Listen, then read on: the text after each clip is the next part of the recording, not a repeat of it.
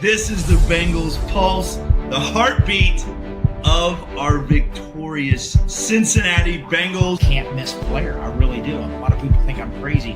I think when he gets on the field, he's going to produce. He's going to produce at a high level. They are almost unbeatable in December and January. We're on another level. Thank you. And I am going to become the first Bengals broadcaster to call a Super Bowl title. It's happening. Yes. It's happening this year. In a row, Mon. 10 in a row. Hooday, Bengal fans. He is Mon. I am Jake. This is the Bengals Pulse, the heartbeat of our Cincinnati Bengals. As you can see right there below the man, the myth, the legend, Mon Abulhassan. We are recording this Monday night. Mon and I have had a very long day today. Got up about 1:30 this morning, Mon, to get to the airport. You had us there about 72 hours early to get checked in. We flew out this morning about 5:30 in the morning. It's been a long day, but what a great weekend. We have a lot of Bengal news to talk about. Obviously, not so good news on the Joe Burrow front. However, the Bengals do get a win and go to 2-0. Mon, how you feeling right now? Are you exhausted as I am? I can't even talk, dude. I'm so tired. Are you as exhausted as I am? Can you hear me? Yeah, we got you. Gotcha. Yeah, I'm having some issues here. So if I sound muffled, I'm using my computer speaker. The Yeti expensive speaker's not working. I'm tired. Yeah, you perfectly mentioned the last 24 hours. Fun weekend in Cincinnati. Had a great time. The game was exciting. But it's just weird as a fan, can't really celebrate too much, because our marquee player, our generational player, is going to be out for a few weeks. We don't really know. We know it's bad, but we don't know if it's season ender. We'll find out in the next 48 hours. Yeah, I listened to, I don't know if you heard any of Zach Taylor's presser today. He really kind of tried to stay away from, obviously, if you'll remember, before he tried to talk about a timeline, and that timeline did not come to fruition. So he does not want to mention any type of timelines right now with Joe Burrow. But what we do know is, Mon, is that Joe Burrow does have turf toe, a serious version of it, grade 3, which does require surgery most of the time. Now, according to Zach Taylor earlier today, the Bengals are still going through the protocol of getting second opinions. It sounds like Joe Burrow does not want surgery. He does not want to miss a lot of time. But with this kind of injury, what we're hearing, Mon, is that not a lot you can really do about this. And I do want to talk a little bit about the injury and how it all went down. I also we need to talk about our weekend, because we had a great weekend with you had your younger son, Jake, and I had my younger son, Ryder, with us this weekend. We got to meet and talk to a bunch of our listeners that we were so gracious to get to hang out with them and talk football. It was a great weekend. It was a great game. It really was. I mean, I would love to have woken up today and heard good news about Joe Burrow. But we are 2-0, Mon, and Jake Browning has done this before. We're going to talk all about all of that, but let's talk about this injury, Mon, first. The injury itself, we all know the play that it happened on. A lot of bodies on the ground. This was not a situation where he took a violent hit in any way. It was more of an ankle-grabbing tackle. What are your thoughts on this? Because a lot of people are throwing out there's a lot of blame being thrown out to the offensive line. Again, in Zach Taylor's presser today, Paul Dehner mentioned to him just that fact of how you're going to protect Joe better. Some people are blaming Joe. that it's the style of play that he does. He moves around that pocket. That the reason why we call him Joe Shiesty, right? He moves around the pocket. He's got really good pocket presence, which makes him one of the best quarterbacks, if not the best in the NFL. But this was a lot of bodies on the floor, Mon. Not a big hit. Is there blame to go around for everyone here, or what are your feelings on it? Yeah, you're breaking up a little bit there, Jake. I don't know if you have bad internet connection, but I heard the question. I got so many thoughts in my head right now. I got like 5,000 things going. Trying to just piece something to make sense and come across as just to make sense. Paul Dehner asked an amazing question, and Zach answered it. He seemed a little defensive. Little. And I think everything you said is accurate.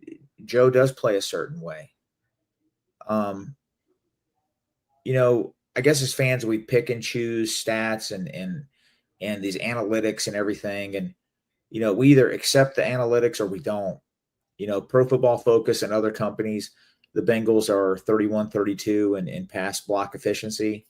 Yeah. And it wasn't a vicious hit. You're absolutely right. But he's still dancing around. He's trying to make a play. Should he just lay down and just take the sack? But that's not Joe. Joe's a gunslinger. And, he wants to make a play for his team. He wants to win so bad. And, we talk, this is like a broken record. We talk about it all the time because he gets hit too many times. He's battered. We saw the episode of quarterbacks in the Pittsburgh game. He thought he broke his neck. Your body can only take so much, and this was a little freak play. I get it, but, Zach said that, he could have a clean plot pocket 99% of the snaps. He did, yeah. And then just that one thing, but I don't think he looks at the big picture. No other team in football passes the ball more than the Cincinnati Bengals. Yeah. No team. He's never been able to really diversify the offense. He's never been able to really get a significant, real running game. Joe Mixon was a power runner, but, he had to play behind an offensive line that didn't run block. They're not built to run block. They're built to pass protect. Yeah. You saw yesterday, there's no push. We were talking about it. Literally, Zach, Chase Brown was getting 1 yard. They're trying to run up the middle, hopefully he could pop one. He was getting a yard, 2 yards. The Jaguars are controlling the line of scrimmage. They're not afraid of the Bengals run game. They don't care about the Bengals run game. And it showed in their defensive philosophy. They're pinning their ears back. Go get Joe. Make Joe uncomfortable. Just make him uncomfortable. And they did. They were successful. Zim said it. We had dinner with Zim last night. Other people have been saying it. This offense is a little predictable. No team they don't respect the run game. Yeah. And we can't win on first down. We can't win on first down. So it's second and 9, second and 11, third and 8, third and 15. What happens? Myles Garrett gets, takes over a game. The Jacksonville Jaguar defensive linemen, linebackers, wherever, they're pummeling our quarterback. Yeah. And I know it looked a little different when Jake Browning came in. Everybody goes, well, why does it look different? Well, you know what? They start playing different. They know Jake Browning's going to be under center. They don't have the film on Jake Browning. So, they have to play a little different, and I don't know, man, it's just frustrating. It's just we have one of the guys, they were talking about it on ESPN 1530 today. We have a marquee quarterback, a stud, a difference maker. Teams would die to have him. And man, he's his third year out of his 6. He's been injured. Wow. And hopefully it's not season ending. I think too, as fans, and I'm not laying blame anywhere, and I'm not trying to stick up for anybody, because I think the blame goes around to everyone. We've talked about Zach Taylor's play calling and how it's just not creative at all. You said it, these other teams, they find ways to get their best players the football. They try to keep their quarterback out of harm's way. It's the NFL. Listen, these guys that are rushing the passer, they are some of the best athletes in the world. And we still have a lot on our schedule that coming down the pike, like Micah Parsons. So I think Joe takes so many hits, right? Like brutal hits. And he's been so lucky to walk away from all the brutal ones. But the wrist injury, the now toe injury, these are freak injuries. And I don't know if you can really blame the offensive line for these particular injuries. Now, that I'm not saying that the offensive line is not it's bad. And it has been bad his whole career. You said it. They have been at the very bottom of the NFL when it comes to pass blocking efficiency. But these last two injuries, I'm not sure you can blame the offensive line for them. I think I think some of it is just bad luck, to be honest with you. And I think some players have very bad luck.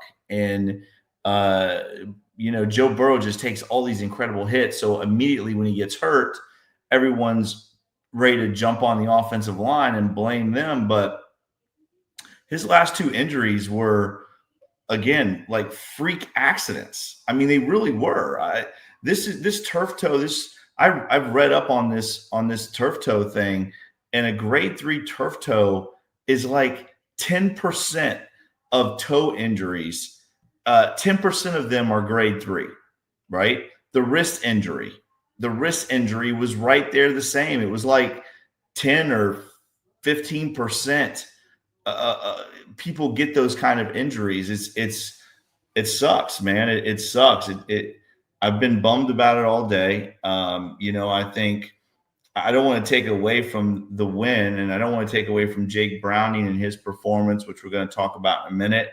And I definitely don't want to take away from being 2-0, because we haven't been 2-0 since I don't know when, Mon. I was trying to remember the last time we went 2-0.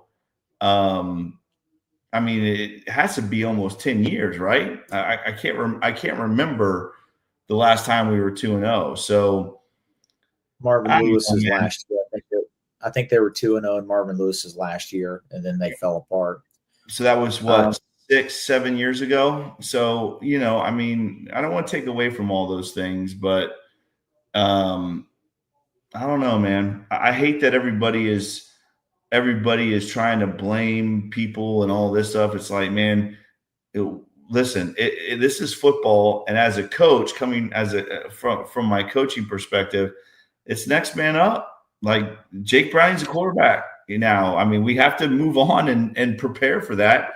And Jake Browning played great in 23. I mean, I think people forget. Rich Eisen said it today. Jake Browning would probably start for 15 teams in the NFL right now. Jake Browning, and you and I have given him a lot of hell, because he just looks so bad in the preseason every year. But when the dude gets on the field in the regular season, I had Ritter beating him out. You did. I wasn't going to say that. See, I was very nice, but you did have Ritter beating him out. And I just think that because he plays so badly in the preseason, but man, when the dude gets on the field and it counts. And this week, I mean, he's playing the Minnesota Vikings, who cut him. We all know the story. We all watched it in 23. I don't know if we want anybody else playing besides him. Obviously, we'd want Joe Burrow. I'm not saying that, but besides Joe Burrow, I don't know if we'd want anybody else in the NFL playing in this game this week, because he hates the Vikings. It's personal for him. So it is a bad situation, but I don't want to take away from the 2-0 start. I don't want to take away from Jake Browning, and I don't want to take away from, defensively, which we're going to talk about here. The Bengals have turned the ball over. They've made plays when they've had to on defense. There still is a lack of a pass rush, Mon, but I don't want to take away from all that. You know what I mean? I just want to go back a few minutes. Yeah. We definitely got to talk about the game, but I just want to talk about the offensive line, sort of just counter your point. Yeah, sure. There's a lot of blame to go around. You're right. We shouldn't just pile on the offensive line. And,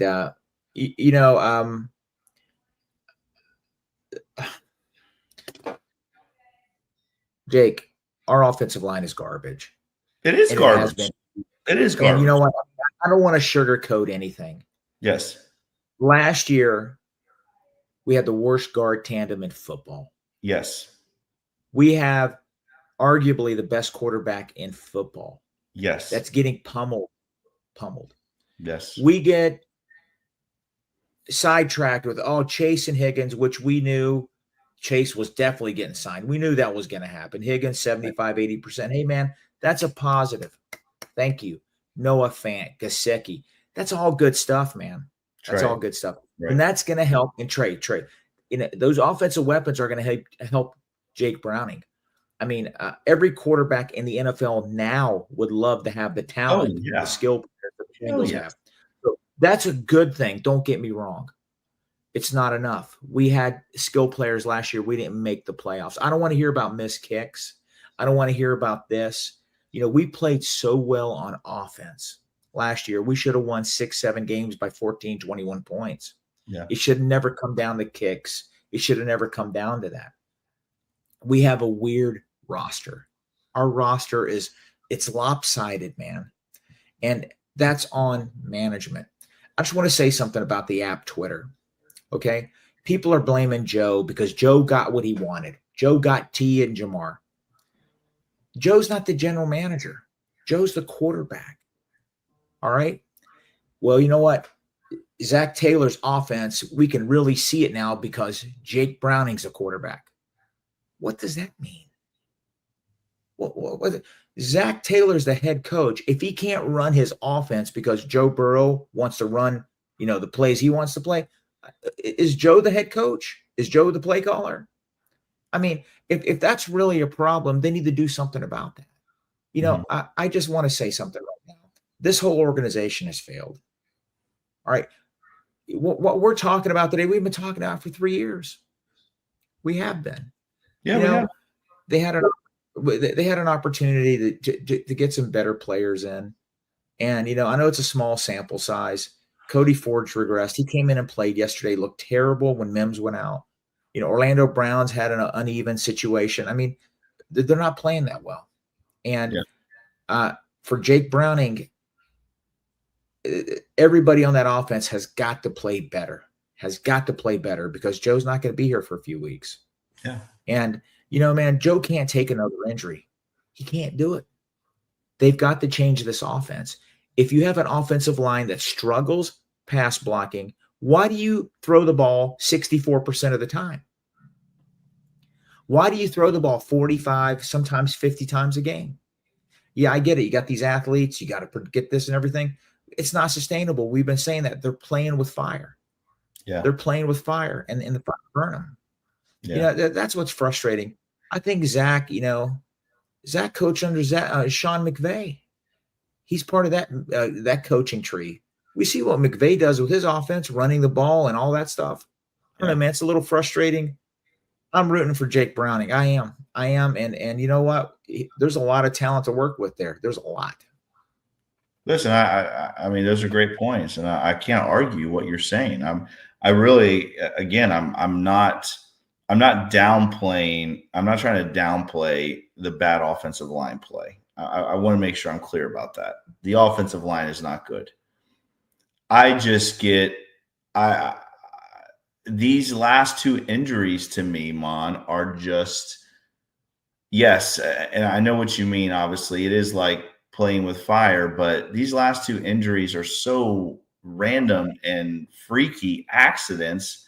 But again, we all look at it because he does get pummeled. Like Joe Burrow last week. I mean, you look at the hit he took from Myles Garrett last week. He gets up from that, and he can't get up from getting. We got a guest. We got a special guest, and let's get him on right now.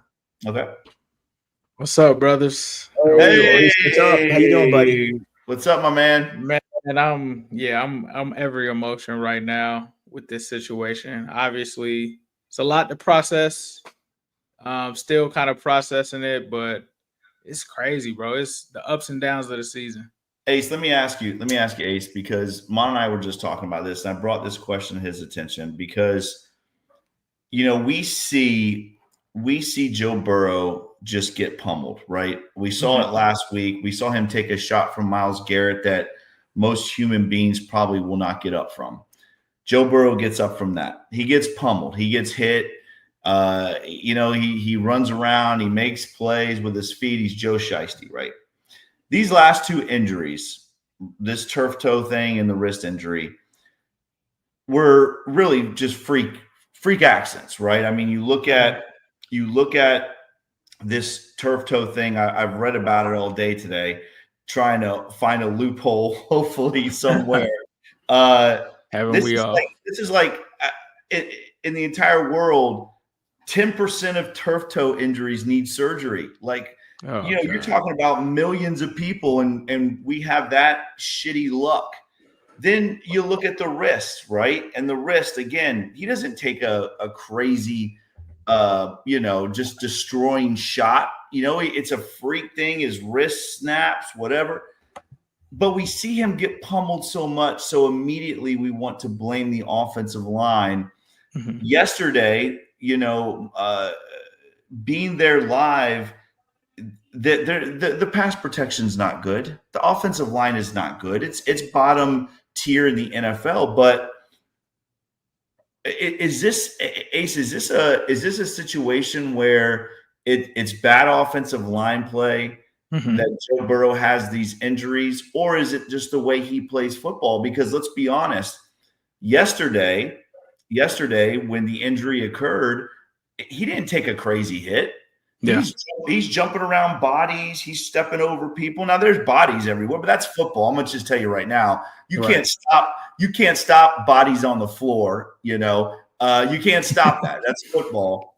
Yeah. Is this an offensive line thing, or is this just the way Shiesty plays, and it's something we have to be used to? I think it's a combination of both, right? I think Joe has to be more aware of the circumstances that he's in, right? Like, at the end of the day, you don't have to play hero ball on every single play. This was certainly one that he didn't need to play hero ball on. Sometimes it's just better to throw it away, get out the pocket, because like you said, a lot of people, that's how a lot of injuries happen. Even the offensive linemen, when somebody gets thrown into their legs or their lower extremities, I think that's a part of it. I think the play calling is a part of it. I think I hate to say it, bro, he's not the most durable quarterback. He's not. Mm-hmm. So to me, this is the other thing that I wish that I would see. And I mean, we're not privy to his private life, but Pat Mahomes has a trainer, right? They work on these things. They work on making sure that when he has ankle injuries and stuff like that, he's able to come back fast from them. Like, remember that? Like, he just had that ankle injury against us, which would probably put somebody else out for weeks or something. He's out there still being able to play on it, but this guy's regiment in the offseason is working with that trainer to make sure that he's completely durable. I don't know if I've seen that from Joe Burrow. I'm not saying that he doesn't have that. He played through a grade 2 turf toe. Now, again, that's not as serious as what Joe has, but when you prepare for that stuff and you build up durability with those areas, which obviously, I mean, if you're going to get hurt, you're just going to get hurt. But I feel like Pat Mahomes does preventative maintenance on his body.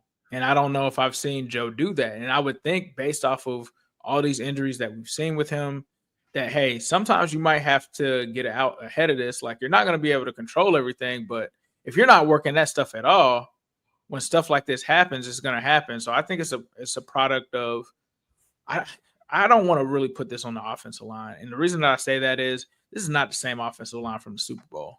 So is it the Philadelphia Eagles? No, but they're closer to the Philadelphia Eagles than they were that 2021 Bengals offensive line with like Isaiah Prince and guys that aren't even in the NFL anymore. So Akeem Adeniji, you didn't like that offensive line? Akeem Adeniji, Isaiah Prince, Jackson Carman. Yeah, this is not that line.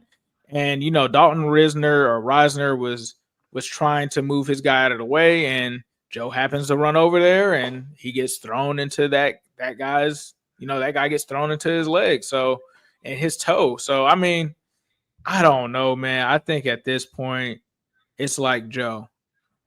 And I think I saw Malik say this. You got to protect him from himself, because dropping back that many times where you're just allowing a defensive line to tee off on you.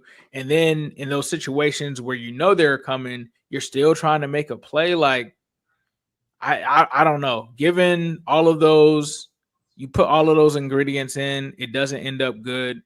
And then you get a guy that's lost now after the second game of the season. And then it's like, I'm not trying to make Joe Burrow risk his career or something, but like, come on, man. If it's that you have surgery and you're done with the season, I just don't know how I feel about that, because I get that that's the best option. But if it's just really a pain thing, like, you can't come back during the season and try to salvage this for the team. Like, we just did all of this stuff with investing in the receiver position, bringing the edge rusher back. Like, if there's any percent of chance for you to come back, I think as a leader of this team, you got to tough it out and come back. I mean, Phillip Rivers has played with this injury. There's been some people that's played with this injury. I get that it's a severe thing, but if you're not working your butt off, bro, to come back as early as possible, like, I think about the time where Adrian Peterson did that freakish rehab to come back super early. Like, if Joe isn't working like that, I'm going to feel a type of way. And I hate to say that about Joe, and I'm hate to demand that of him, but he is the franchise. We're only going to go as far as Joe takes us. So for this to possibly be a season-ending injury, bro, something has got to change, whether it's the play calling. I think that they've tried to improve the offensive line. I don't want to kill them too much for the offensive line. They paid Orlando Brown. They drafted Amarius Mims. They drafted a new guard that literally just ended up getting some pretty high PFF grades. They got Ted Karras, who's stable. It's not like this guy is Billy Price, right? And then they also have some stability there with Reisner. They even tried to kind of add some depth there with Lucas Patrick as a backup. So this isn't a situation where you have Hakeem Adeniji in front of them. So it's just like the hero ball has to stop, man. And the hero ball stuff is hard to get out of people, because I think back to someone like Jameis Winston. He hasn't gotten hurt, right? But that was his downfall. He just always wanted to play hero ball. Times that he should throw it away, he just didn't do that. And that led to the 30 for 30, right? The whole Jameis is always going to throw these interceptions because he just can't let it go. And in Joe's circumstance, it's just led to injuries. And I hate to say it, but something has to change, bro. Something's got to change. And Mon said it earlier. Mon said it earlier perfectly, right? How do you protect Joe, Mon? You have to run. You have to be able to run football. I don't want them. Listen, I'm not, they're not going to turn into the Ravens and run the ball 50 times a game. I get that. I get that. But I think they need to diversify a little bit. Like yesterday, they weren't getting any push, man. They run it up the middle. I get it. Chase Brown's 205 yards. They couldn't move those guys off the ball. Our offensive line, that's my biggest complaint. They're built to pass block. Good thing because of Joe, but they can't run the ball. And I think until they get a consistent run game, teams don't respect it. The team's like, hey, man, disrupt the passer, get in his face, hit him. They don't respect our run game. They don't care if we get 75, 80 yards on the ground, they could care less. Zim said that yesterday at dinner, and it's frustrating. They have to diversify and get a little better running the ball, man. Mon, you are 100% right. Let me tell you, that same stat that you threw out earlier, I don't know if you kept reading where you got that from, but not only are they 31st in pass blocking efficiency, they are 32nd in yards per carry. They are the worst in the NFL yards per carry. How can you possibly protect your quarterback, guys? Ace, let me ask you a question. If you can't run the football, you can't do it. Do you think our offense is predictable? I mean, it's extremely predictable. I mean, of course, you're going to be last in the NFL in rushing when everybody knows when you're running it. Like, if you sit in shotgun 9 times out of 10, guess what I'm going to think as a defender when I see you go under center? You're running the ball. Like, it's a very easy tell. I've also said this. I don't think that the run plays are creative. And, like, this is the thing that A lot of people thought that I just wanted to cape for Joe Mixon. I don't have a personal relationship with Joe Mixon. I'm a fan of Joe Mixon, the player. But the same thing, and I was just talking to Zim about this the other day, because so many people got their panties in a bunch in the Mixon situation. And the thing that I'm saying now is the same thing that I was saying then. Where are these lanes for them to run through? Where are these lanes for anybody to run through when it comes to the run blocking? Everybody seems to run into a brick wall as soon as they hit the line of scrimmage. It's and crazy. You gotta put that on something. And the thing that I used to say is, hey, well, Frank Pollock's got to go because he's the run game coordinator. This is a Zach Taylor issue, and it doesn't make sense because he comes from the Sean McVay tree. They were able to run the football. For some reason, Zach Taylor cannot run the football. We can't point to Frank Pollock anymore. He's not there. There's only one person still there. There's only one offense that has not been able to run the ball. And how the hell are you going to run out of shotgun anyway? Like, I don't even do that when I'm on Madden. I'm not running that. Like, I'm not doing a draw play out of shotgun and expecting that I'm going to get 10 plus yards. Like, that's just not, it's just not going to work. And it's too predictable. And there was that viral video that came out last week when it was like, look at the lack of creativity from this play. Hey, this play got 2 yards last time. Let's run it again. This time, let's just flip it the other way. Like, what are we doing here where it's so predictable? It's 2nd and 9, 2nd and 11, 3rd and 9. And guess what? Myles Garrett tees off on you. And these pass rushers tee off on your quarterback. Listen, guys, I'm not trying to give away Bengals secrets here, but when Mitch Tinsley is in the game, they run the ball like 92% of the time. Yeah, it's a run, right? Not only that, but you said it earlier, and again, I don't want this to become a bass session, but let's say what it is and be real about this. Mm-hmm. They run a little smoke screen to Jamar. He takes it for 40, 50 yards. 2 plays later, they run the exact same play to the other side, and he loses 4 yards. It's just there's no life in this offense. There's no creativity at all. And it is frustrating when you're standing in the stands and you're like, okay, this is a run play. Okay, this is a pass play. I mean, fans should not be able to do that. But the majority of us do that, watch, these guys as much as we watch them and, play after play. Like, I can tell you, and it's not because I'm a coach. It's not because I've coached for 20 plus years. I can literally tell you formationally what they're going to be doing. There's no creativity. There's just none at all. This past game, they did get Jamar had 14 catches or whatever, but the week before that, him and T had 10 targets total. How are you not finding creative ways to get your best players? Right. I mean, you just paid Jamar Chase. He's making 40 plus, and he's got 2 catches. Are you targets? Shitting? 5 targets. It's 5 crazy. targets for the number 1 passing attack in the league. Not only him, T. Higgins as well. I came out and said it, and I was like, "There's no way that they shouldn't have at least 8 to 10 targets a game." There is absolutely no way. Especially given what you invested in that position where they do not have 8 to 10 targets a game. I don't care if you have to force it. And then the other thing is like the lack of creativity.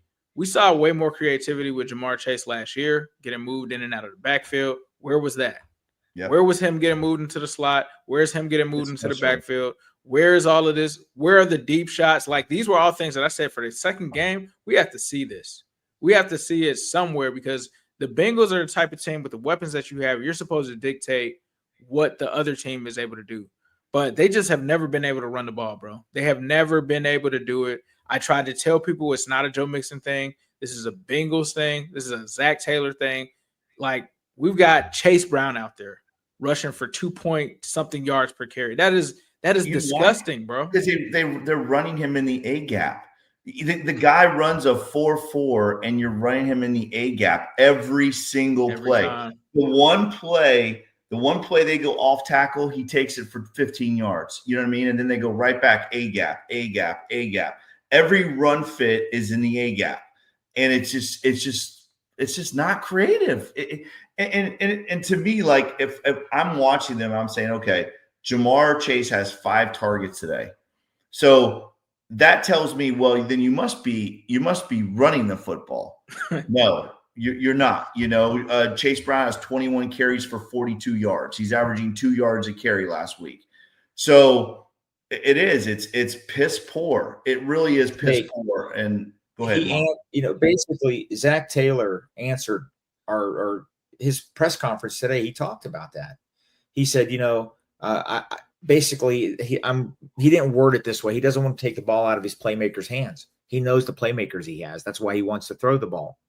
And that's the style of aggressive play, the style of their offense. It got us to 2 AFC championship games, got us to a Super Bowl.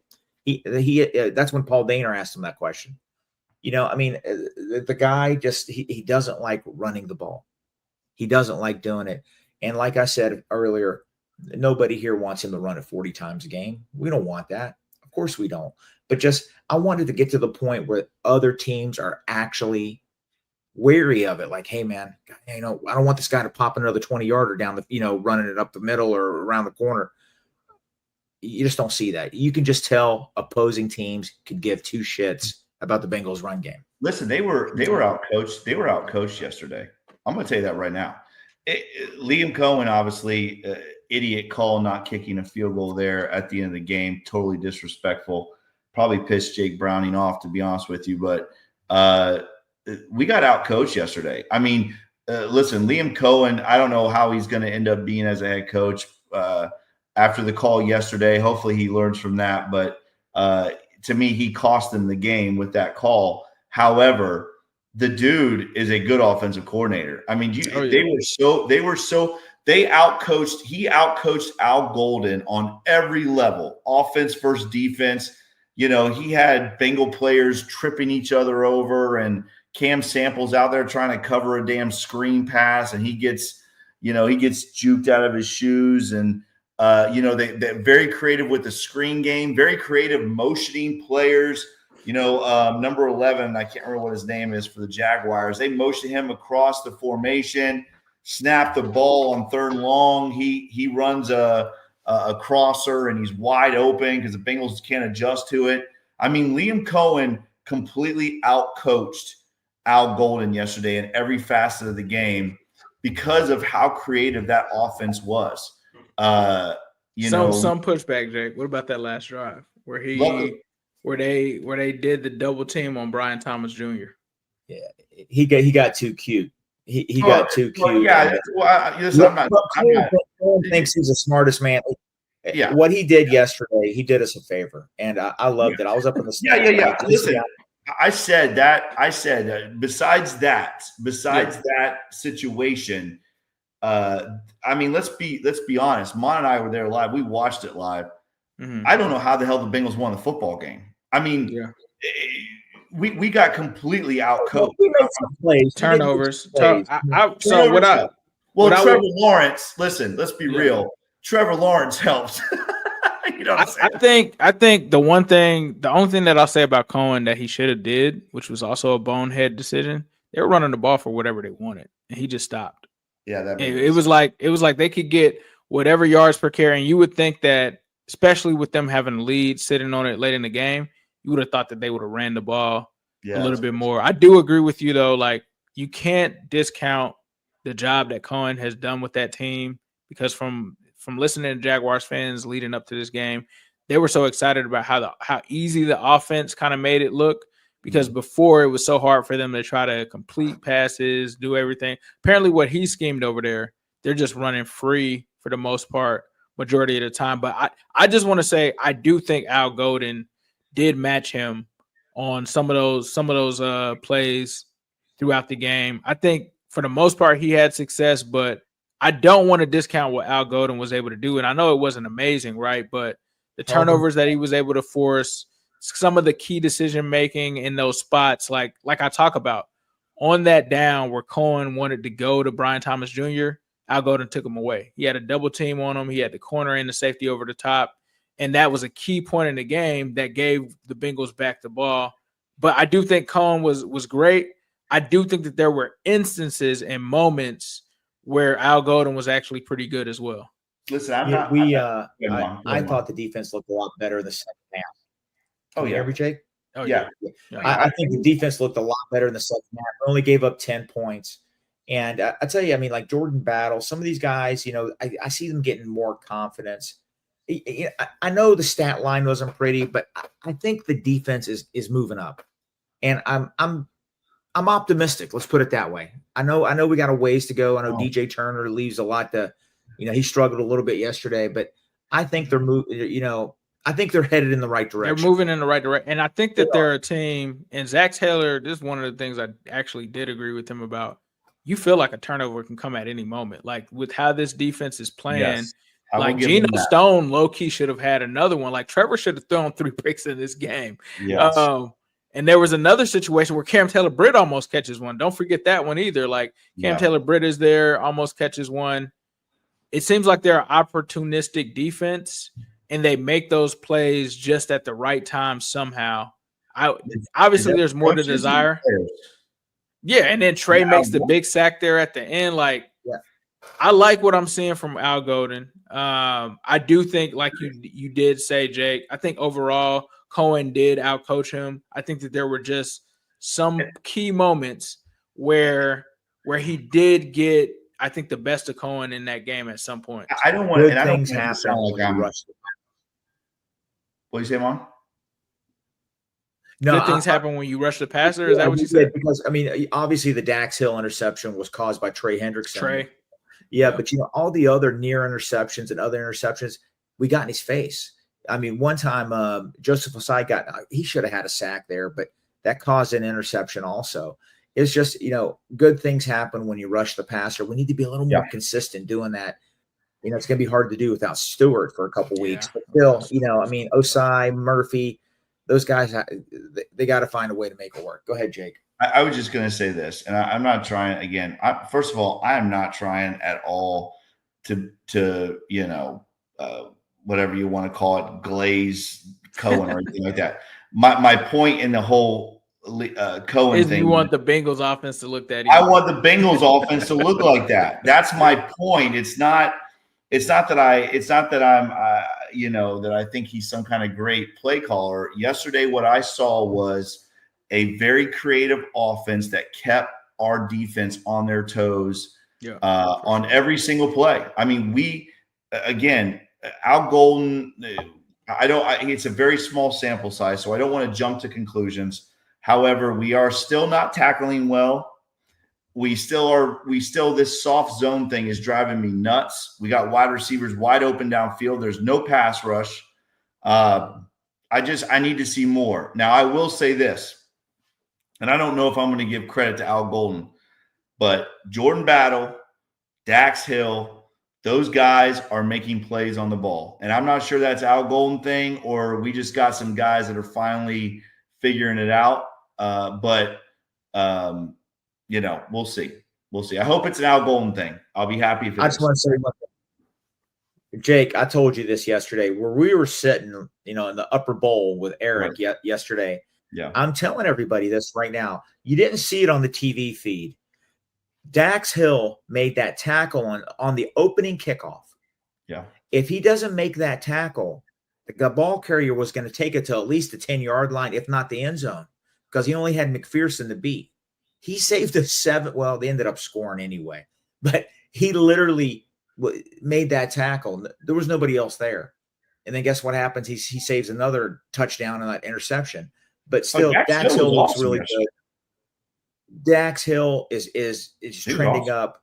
Yeah.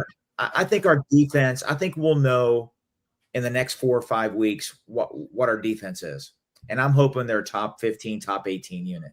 Well, let's talk about this because, again, this defense, guys, AFC North right now, points allowed through week 2. Guess who's number 1? Bengals. Our Cincinnati Bengals with 43 points allowed. Number 2, the Ravens and Browns both tied at 58 points allowed. And your Pittsburgh Steelers, Mon Abel Hassan, 63 points allowed by the Pittsburgh Steelers.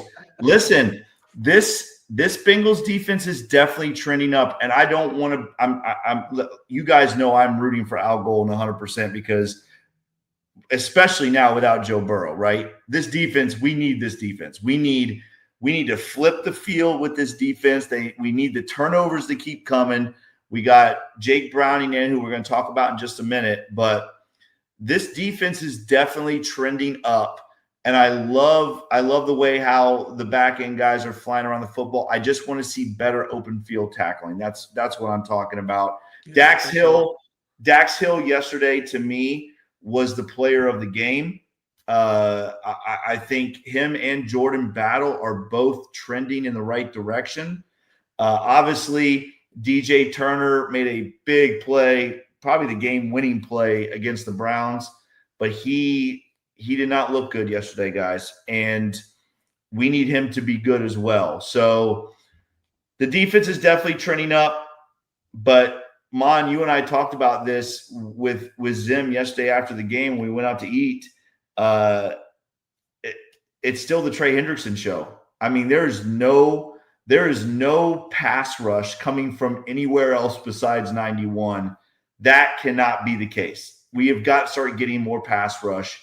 And I don't know where we would get it from, but he needs to start being creative with that. And those two linebackers that we drafted that are supposed to be great at rushing the passer, we need to start seeing that. Agreed?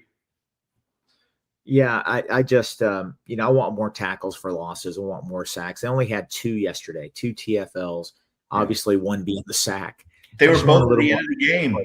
They were both at the end of the game. And what Ace had mentioned earlier about, Liam Cohen, smartest man in the room, he didn't want to run the ball, and he could have, because let's face it, they were pushing the Bengals defensive line 3 or 4 yards down the field. ETN wasn't even getting touched until he had 2-3 yards.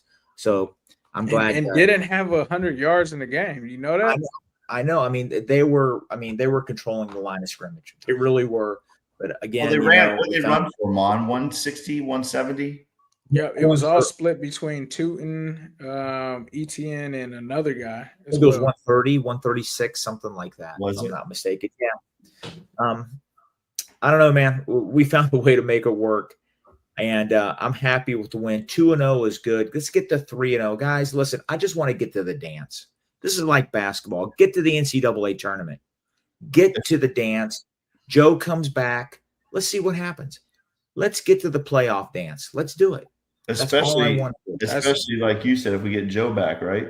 That's where I'm at with it. I think like the 3-month thing, I think that's very optimistic. If Joe can come back round 1 of the playoffs, I'm good with that. Like, I'll take the extra time, get there, take care of business. I think the Bengals have a real shot to do it. I think that they can beat some of these teams. The only teams that I'm looking at where I'm like, man, how the hell are we going to do that? I hate to say it. I know. Ravens twice, that Bills game. If they are able to steal one of those games, I think that they can definitely secure the playoff spot, because there's a lot of bad teams out there. I mean, we're as we're recording this, JJ McCarthy's not going to be out there. Aaron Jones is not going to be out there. I don't know. I don't know if we don't want JJ McCarthy out there. He looked. I actually do want JJ McCarthy out there. He looked awful yesterday. He looked like who's their backup? Is Carson Wentz? Carson Wentz. Yeah. Carson Wentz. I'll take either one.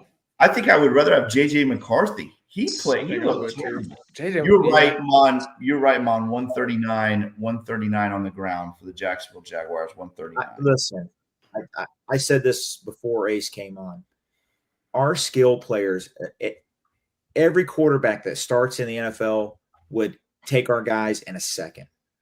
All of our skill players. I mean, Noah Fant, Gesicki, you name them. And Jake Browning has those guys. He does. Yeah. Jake Browning's going to be productive. And I do like our chances next week. I really think we're going to be 3-0. And Ace, you're absolutely right. There's some games that there's a couple games we got to steal. And yeah, bro. I'm looking at it.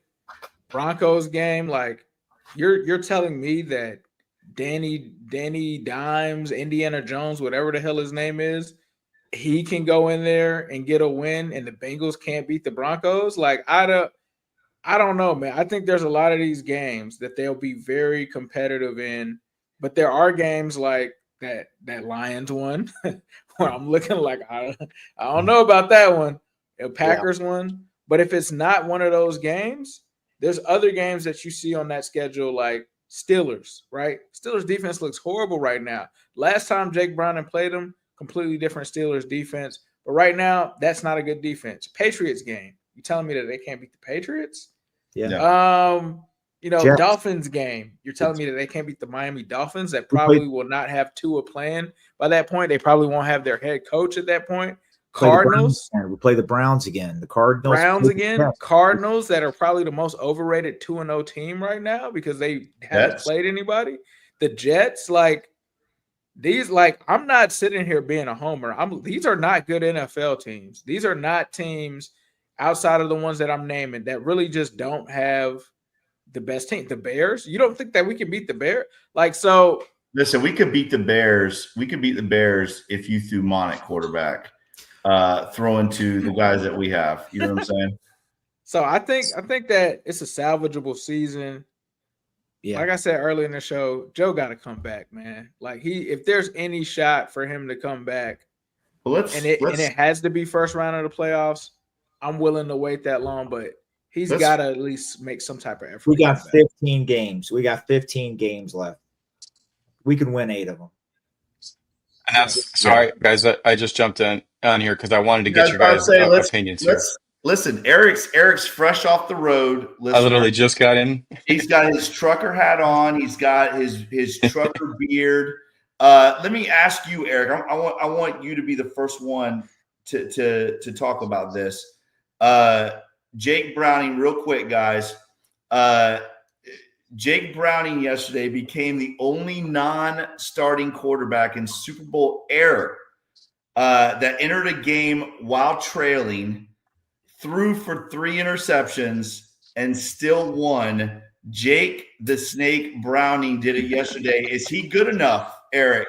Is he good enough to miss 8 games? That's for me to answer the question. I actually came on to ask you guys the questions. I rushed in, I didn't jump on because I am the eternal optimist. I believe Joe Burrow will come back for that Ravens game in Cincinnati. I do believe that Jay can pull it out. I do have a caveat, and then I want to throw it to you guys for some questions. And I know you were talking about this before.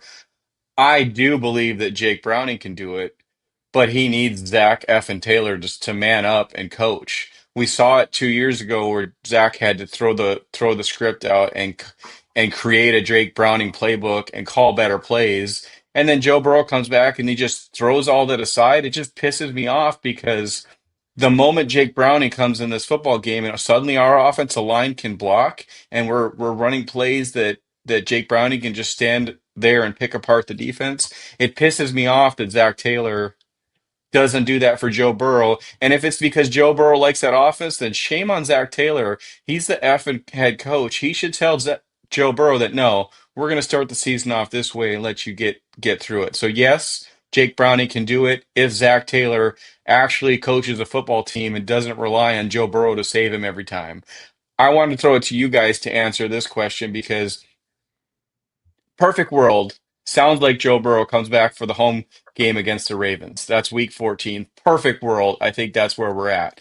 I heard Ace saying we let him wait till the playoffs. I don't think we can let him wait till the playoffs because he needs some preseason games out there if he's coming back. But perfect world, if he's back for that Ravens game, to get a wild card, we most likely got to get the 10 victories. We have 2. We have to steal this one with J.J. McCarthy out and Aaron Jones going to be out against the Vikings. So say we steal this one and we're 3-0. Can Jake Browning get us? So if Joe Burrow comes back, there'll be 4 games left. Say he wins 3 of those. That puts us at 6 wins for the year. Can Jake Browning get us 4 victories, 4, maybe 5, over the course of this season? As Ace pointed out, you've got Jets, Bears, Patriots, Steelers, Dolphins. I mean, you've got a lot of teams. So I'll go to Ace first. Can Jake Browning get us 4 to 5 wins, or are we? He got us 4 wins in 2023. I think he could definitely get us 4 to 5 wins for sure. It's going to take, like you said, Eric, it's going to take a change in play calling because, some of those losses that Jake Browning had earlier was because they were trying to make him Joe Burrow. He was not Joe Burrow. When they fixed the offense, he was better. The other thing is this, and I took a lot of flack that year in particular, but I remember coming out and saying, when a lot of Bengals fans were super negative and saying that, they may win one fluke game, some people told me. I said, look at the schedule of teams, and it's very similar to the teams that you just named. These aren't world beater teams. This is a team that still has T. Higgins, still has Jamar Chase, still has Chase Brown, still has Noah Fant, still has Mike Gesicki. And they're a defense that's really playing well right now, at least compared to what they were last year.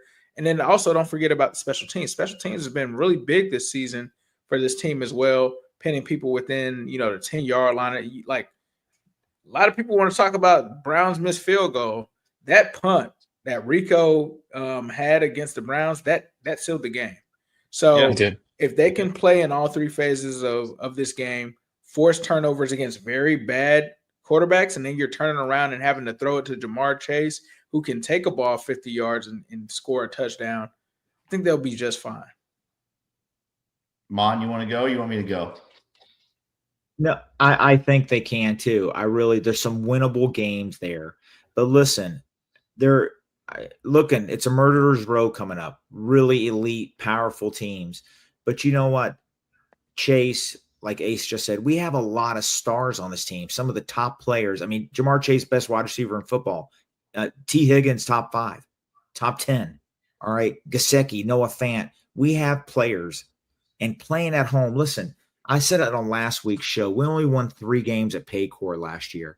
That can't happen this year. We got to win some of those games. We got to beat the Ravens. Man, you know what? I know the Lions. It looks, it's going to be a tough one, but they're playing in Cincinnati. We got to steal some of those games, and I think they can. I wouldn't be surprised if it happens. I think he can get us 5-6 wins easy. Let me tell you why I think, because this is a guy, Eric. I know what Eric reminds me, Mon, of the truck driver in Smokey and the Bandit. Does he not look just like him? I cannot remember what his name was, but Jerry Reed, he's dead now. But before you get to your point, you can't act like you're not old and then throw Smokey and the Bandit out there. Just come on. Oh, come on, Smokey and the Bandit, come on. Yeah, I can't quote people from the show, so you're old, Jake. Sorry. Go ahead. But I think, listen, guys, he's been there, right? This is a guy who, again, and Mon and I, obviously, we gave him some hell. He looks terrible in the preseason. I don't know why. He gets in a regular season game. He looks like a totally different quarterback. Rich Eisen talked about it today. There's 15 teams in the NFL right now that would probably have him starting as their quarterback. But Jake Browning he's been there, right? He was put in this situation before and damn near led the Bengals to the playoffs, right? So that's why I think he can do it. Obviously, he's surrounded by great players, and the defense is making plays, and all these other things that are in his favor. But he's also been there and done it. Like, he's been in this exact situation where he knows who Joe Burrow is. He knows that Joe Burrow is Bengal fans. That is our guy, right? He knows that.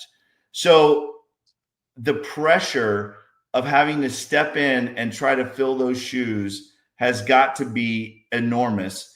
And he did it already. He did it, and he was successful, guys. I mean, listen, I know he was 4-3, but he was put in a crazy situation. The Bengals still had a chance to make the playoffs, and he damn near helped us get there. And he beat some good teams. So I think it could be done because I think he's done it before. And I don't think that this is a big deal for him. I mean, he kind of carries himself that way that, he's like, I prepare for this. It's, we listen, we know what we're going to get, right? He's like a poor man's Brett Favre. He's going to run around, make some dumbass throws that are going to get picked off.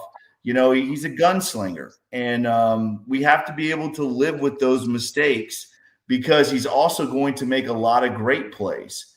But I think the two key things for Jake Browning and this Bengals team going forward is a defense that turns the ball over, and we have to run the football. Jake Browning cannot drop back 50 times a game and throw the football. We are not going to win those games.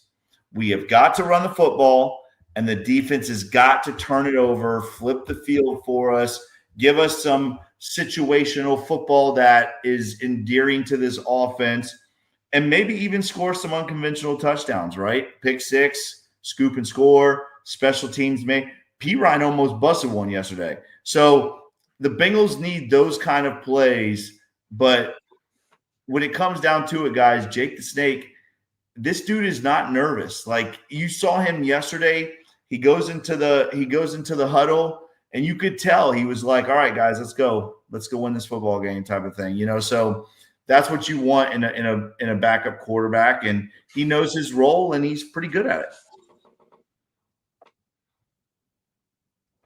Yeah, I think he's definitely one of those players that steps up when the lights are on, which is what you want out of a backup quarterback.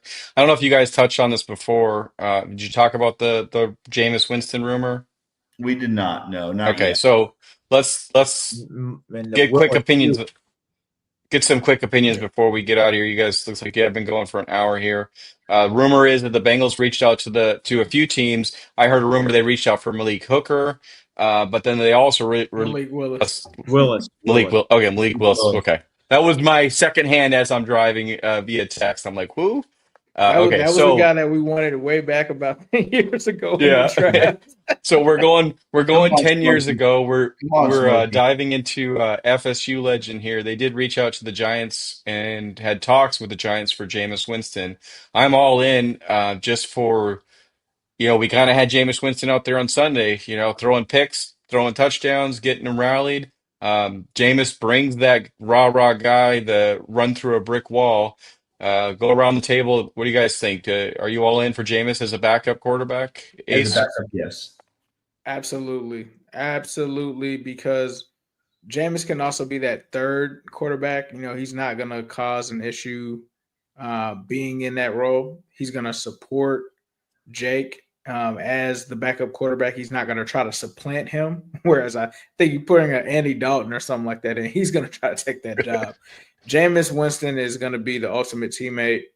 And I also think that if you get in a pinch where, Jake Browning has to go into a blue tent, you're not throwing somebody like god-awful Desmond Ridder out there. You're throwing out somebody that can come out there that has experience, that can really make this offense explosive. So that's the other thing. Like, you might have a higher ceiling with Jameis Winston. There just may be a higher variance in terms of interceptions. But you throw him out there with Jamar Chase and T. Higgins in a pinch where you have to, not that he should start over Jake, but in a pinch where you have to. Oh, this offense is cooking with grease. It's cooking with grease because Jameis has been a part of very explosive offenses. He's played in a team that's very similarly structured to this, albeit a while ago, but with the Bucs, where he had Mike Evans, he had Chris Godwin. He had weapons at, tight end, receiver, running back. So he's a guy that can be your third quarterback, but also he offers you the stability of, okay, if I have to put him in, I know that I can still win games like Jake Browning with Jameis Winston. Whereas I think if you go with somebody like Desmond Ridder or a Jake Dalagala type, like, that guy's not winning you anything. Like, you're not going to be able to go anywhere with that offense. What about Rippin? Rippin, yeah, those guys are jokes. They're the what is it, Sorgi from back in the day that used to back up Peyton Manning? They are worthless. They are a waste of a roster spot. So I think Jameis Winston is actually a valuable piece to have.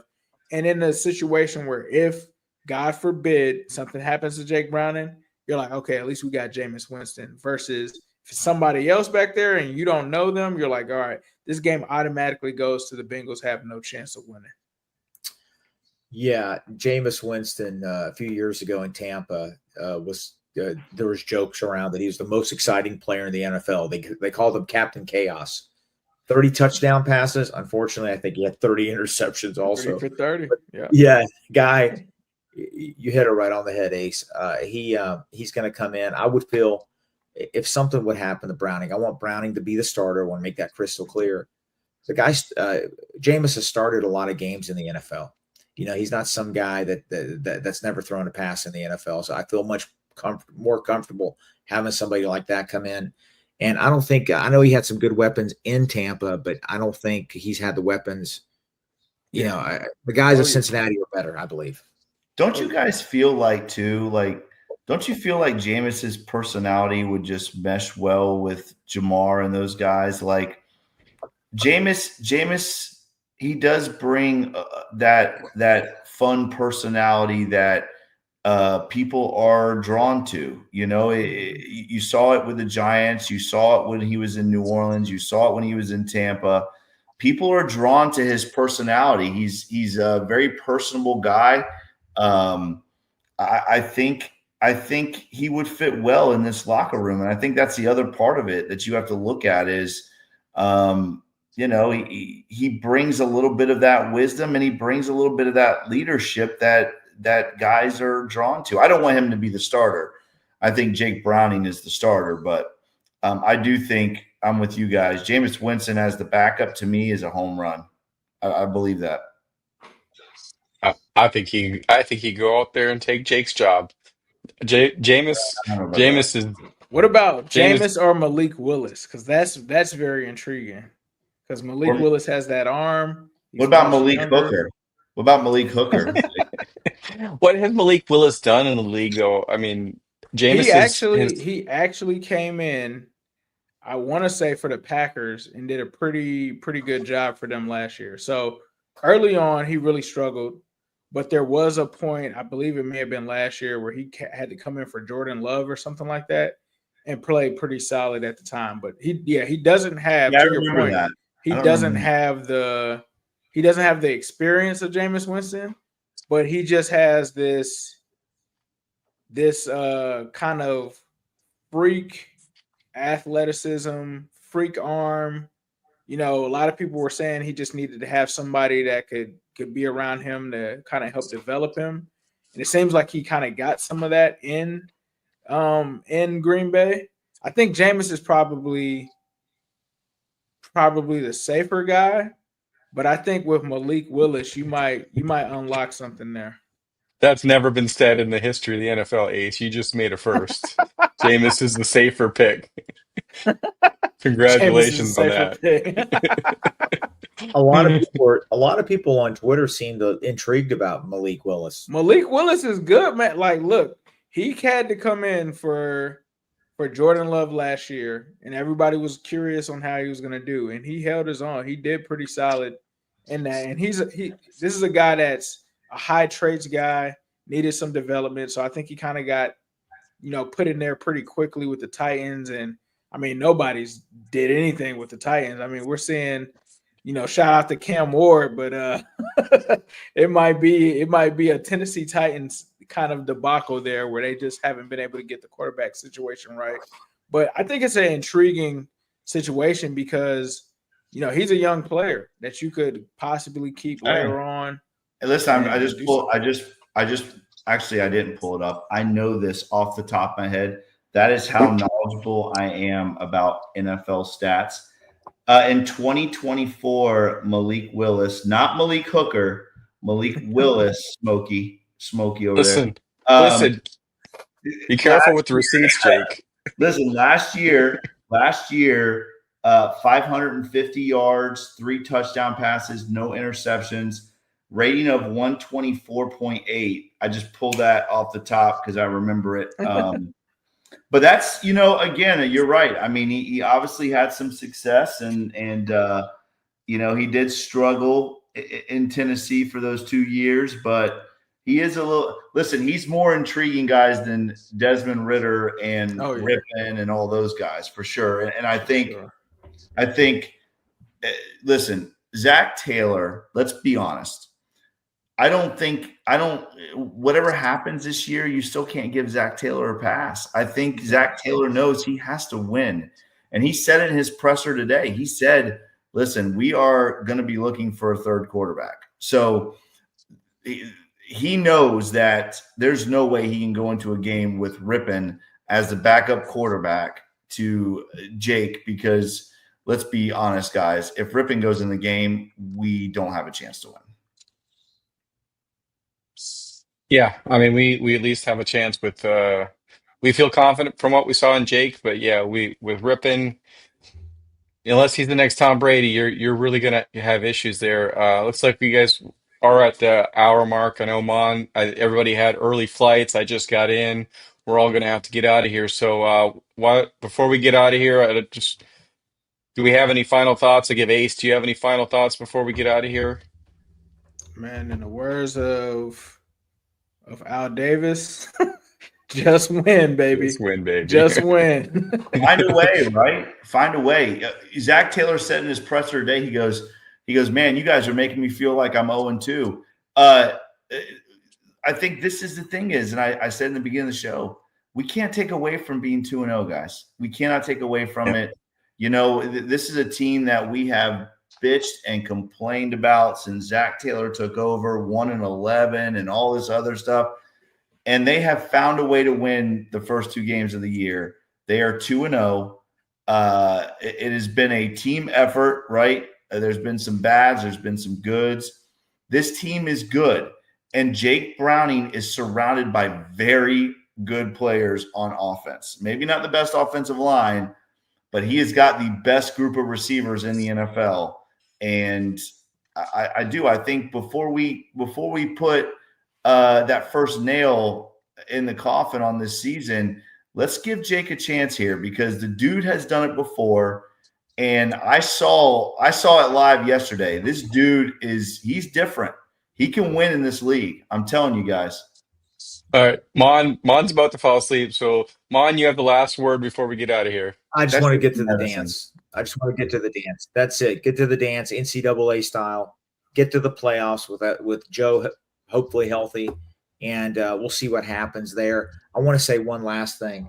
We're upset with what happened yesterday. At least we're not Cleveland Brown fans because their ex-quarterback for the Buccaneers he's a stud. Baker Mayfield is. I mean, think about it. They had him in that building, let him go, and he's playing a hell of a game right now. And we couldn't beat him. The Bengals couldn't beat him. We not in Cleveland. We beat him when he was a Panther. I was at that game. Browns fans are in denial. They make so many excuses. Oh, he didn't play like that in Cleveland. Like you guys had your best years when Baker Mayfield was your quarterback. Like, stop being so. You could throw Tom Brady. I just think it's hilarious. Every time I watch play, he's a tough dude. Guys, I gotta imagine being a Cleveland Brown fan and trying to say that it's not Cleveland. It's something else other than that. Yeah, it's not Cleveland. Hugh Jackson was just bad. It wasn't Cleveland. Baker Mayfield wasn't good. It wasn't Cleveland. It wasn't because we're from Cleveland and organization is horrible.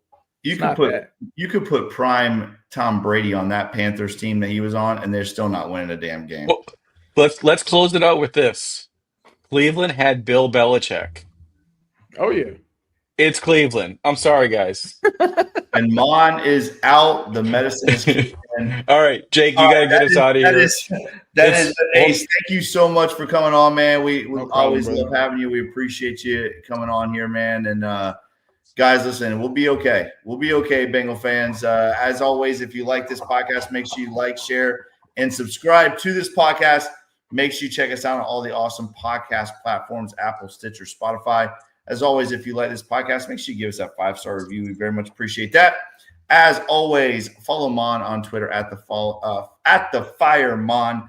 Follow Eric on Twitter at eFlash with 2 H's 88. Although I'm going to try to get Smokey put in there somewhere. Follow me on Twitter at Coach Jake Owens 9. Ace, where can they find you on Twitter? I know they probably already follow you, but where can they find you on Twitter? At New Stripe City, and follow us on the Wincinnati Pod at Wincinnati Pod. At Wincinnati Pod, make sure you do, and follow the Bengals Pulse on Twitter at the Bengals Pulse, the same on Instagram without the at the Bengals Pulse. As always, guys, thank you so much for joining us tonight. He is Ace. Our guy Mon's already asleep. Eric, I am Jake. This is the Bengals Pulse. Hoo day, Bengal fans. We'll see you soon.